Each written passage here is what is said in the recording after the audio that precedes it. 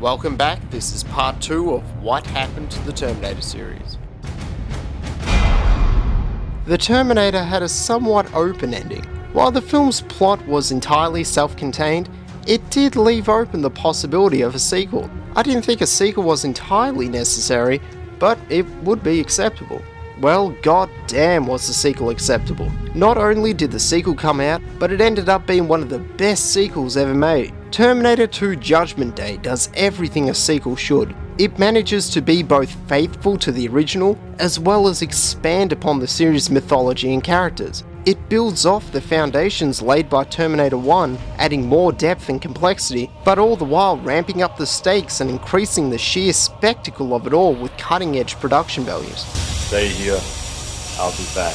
Terminator 2 takes place 11 years after the first film, with Sarah Connor having been admitted to a mental institution, driven seemingly insane with the knowledge of the impending apocalypse. Her 10-year-old son, John Connor, is a rebellious youth who now lives with his foster parents. However, after the failure of their first assassination attempt on Sarah, Skynet sends another Terminator back in time, this time to kill John Connor when he's just a young boy. In response, the future John Connor, the leader of the human resistance, sends someone else back in time to protect him. One of them is another T-800, a brutal, savage killing machine with no regard for human life, again played by Arnold Schwarzenegger, while the other is a skinny, friendly fellow played by Robert Patrick, who assumes the identity of a police officer. But when they both manage to catch up with John, in a brilliant twist it's revealed that the Arnold Terminator is actually the Protector. The other guy is the real villain. He's the T-1000, a liquid metal Terminator that has the ability to assume seemingly any form.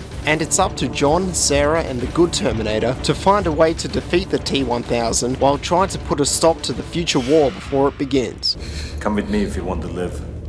Terminator 2 is a movie that tries to outdo the original in every area. The action in the film is amazing, filled with wall-to-wall shootouts, vicious brawls, gigantic explosions, terrific car chases, and death-defying stunts. The special effects are simply jaw-dropping. The computer-generated imagery was flat-out revolutionary at the time. Industrial Light and Magic managed to make an entirely computer-generated humanoid character made out of liquid metal, which was able to seamlessly and photorealistically morph its body into any shape. And this was back in the days of the Super Nintendo. It still looks great even by today's standards. But as a matter of fact, most of the morphing effects were actually done practically with the effects done by my hero, Stan Winston. In fact, most of the CG in the film was just used for the morphing between each of Stan Winston's practical effects. But in addition to this, we have miniatures, we have prosthetics, we have pyrotechnics, we have compositing, we even have stop motion for Christ's sake. But it's not just the action and the effects, the music, the sound effects, the camera work, the editing, the choreography, the set design. Everything in the film is just cranked up to 11 to make it bigger and better than the last. Why don't you just make 10 louder and make 10 be the top number and make that a little louder? These go to 11. But all this would be worthless if it wasn't used to drive the story, and in Terminator 2, it's the story which comes first. John Connor, played by Edward Furlong, starts out as an obnoxious little shit. He's a rebellious, thieving, disobedient, smart-ass little punk.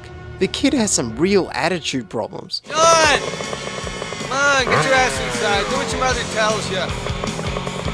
She's not my mother, Todd. God, somebody needs to give this kid a smack around the back of the head. It's through John's interactions with the Terminator and his mother that he manages to grow up a bit.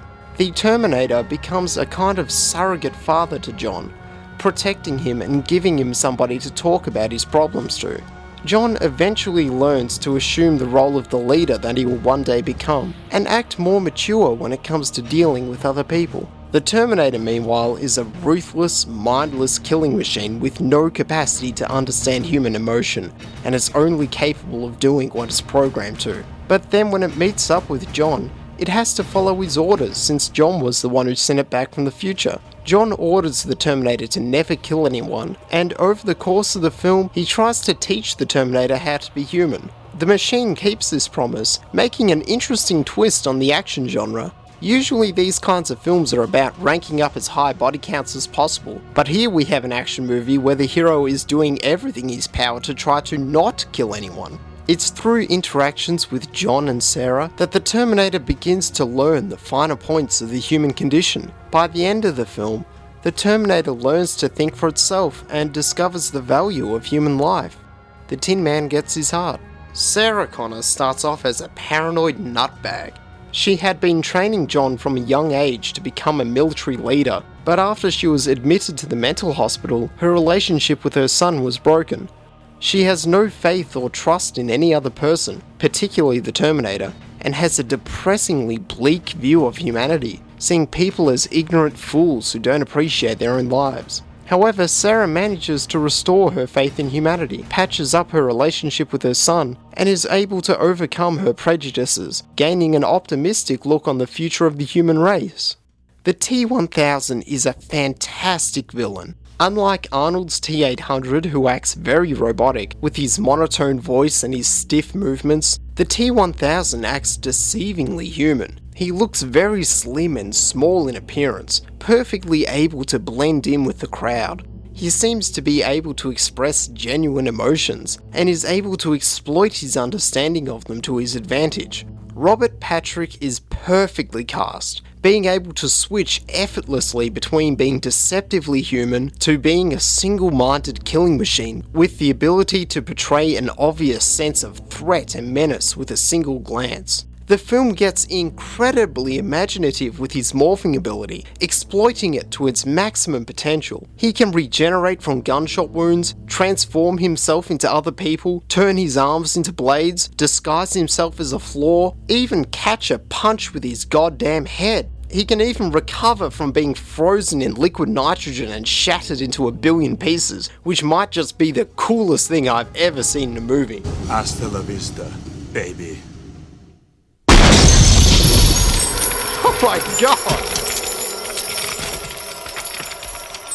Terminator 2 also manages to expand upon the themes which were established in the first film. The movie takes a rather depressing look at humanity's tendency towards self-destruction. Children play war games, mothers beat their children, hospital guards abuse their power, men get in bar fights for no apparent reason. It's as if violence were just a part of human nature. The creator of Skynet is a man named Miles Dyson, played by Joe Morton, but he isn't some monster hell-bent on destroying humanity, but rather the gentle, loving father of a family, trying to create a new kind of computer for the benefit of mankind, yet he is just obliviously naive to the dangers. People are portrayed as being ignorant and ungrateful, taking their lives for granted, and just as the machines are becoming more human, humans are becoming more machine. When Sarah attempts to assassinate Dyson, she in effect becomes a Terminator herself. Her actions are identical to the Terminator from the first film, trying to stop death with death. It's building towards a devastating conclusion, where Sarah dreams that humanity is just doomed to ignorantly destroy itself through nuclear war.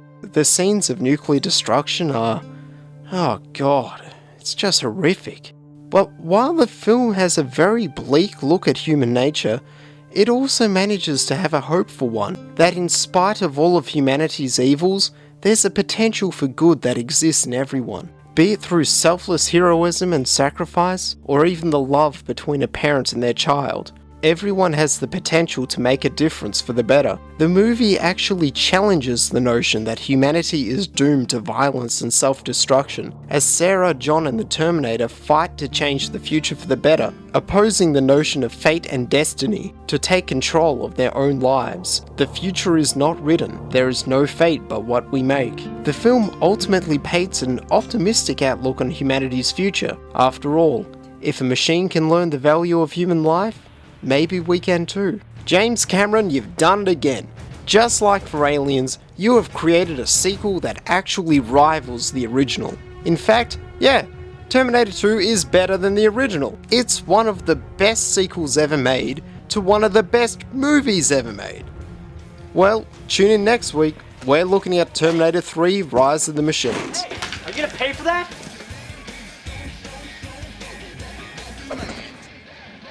Talk to the hand. Okay, that funky man, funky